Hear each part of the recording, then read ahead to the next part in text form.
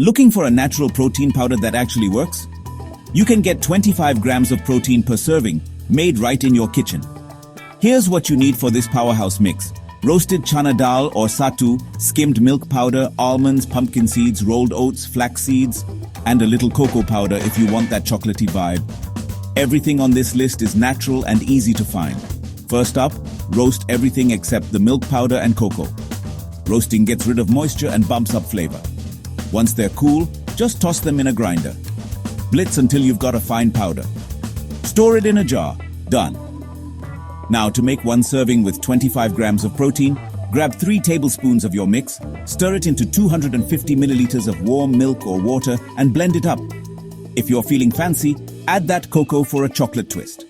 Each serving packs around 25 to 30 grams of protein, plus fiber, healthy fats, and a bunch of essential minerals. Think omega-3s, magnesium, and zinc. Not bad for something you made yourself. So forget expensive supplements. Make your own healthy protein at home. Like, share, and subscribe for more health tips.